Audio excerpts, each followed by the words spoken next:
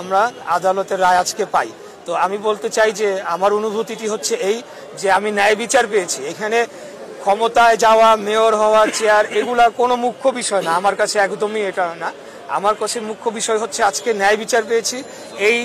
এই রায়ের ফলে আগামীতে যাতে কোনো নির্বাচনে কেউ কারচুপি না করে এবং অবৈধভাবে গিয়ে চেয়ার দখল না করে, সেই ধারাটি যাতে ভাঙে এবং আমরা আগামী দিনে সম্পূর্ণ একটি গণতান্ত্রিক এবং সুনির্বাচনের মাধ্যমে একটি জনগণের সরকার প্রতিষ্ঠা করতে পারি, সেটি ধারাটা অব্যাহত থাকুক, সেটি আমি কামনা করছি। ঈশ্বর ভাই, আপনি বলছিলেন যে কারচুপির অভিযোগ এনেছেন, যে সে কারণে আবার হামলার ঘটনার কথা বলেছেন। সেখানে কিন্তু সময় টেলিভিশনের একজন ক্যামেরা পার্সন আমি সঙ্গে ছিলাম, আশরাফুল ইসলাম, তিনি কিন্তু আহত হয়েছিলেন, তাকে কিন্তু রক্তাক্ত হতে হয়েছিল সেই হামলার ঘটনায়, সেটা কিন্তু আমরা সাক্ষী ছিলাম।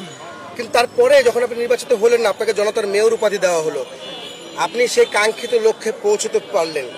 আপনি কি জনতার মেয়র হিসেবে থাকতে পারবেন? যদি মেয়র নির্বাচিত হয়েছেন, যেহেতু শপথ নিলে আপনি কি এই দক্ষিণ সিটি কর্পোরেশনের যে মানুষজন আছে, নাগরিক আছে, তাদের জন্য কাজ করতে পারবেন? সেই তার প্রত্যয় কি ব্যক্ত করবেন?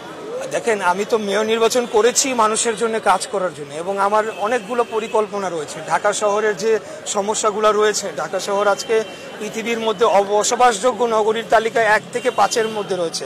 আমাদের এখানে যানজট, আপনার air pollution, noise pollution, waste management সহ এবং অতি ঘনতি বসতিপূর্ণ হওয়ার ফলে এবং অপরিকল্পিত নগরায়নের ফলে যে সকল সমস্যা রয়েছে, সেগুলোকে সমাধান করার জন্যই তো আমি মেয়র নির্বাচন করেছি।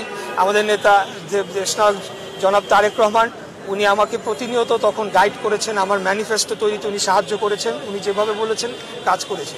এবং আমাদের সিনিয়র নেতৃবৃন্দ আমার পাশে, আমার অত্যন্ত শ্রদ্ধেয় আমার চাচা জনাব রুহুল কবির রিজভী আহমেদ রয়েছেন, ওনারা যেভাবে আমাকে সমর্থন দিয়েছেন, সেটা তো জনগণের জন্য কাজ করার জন্য। হ্যাঁ, এখন আমি শপথ নিব কি নিব না, এটা হলো সম্পূর্ণ দলীয় সিদ্ধান্ত, যেটা আমি ইতিপূর্বে বলে এসেছি।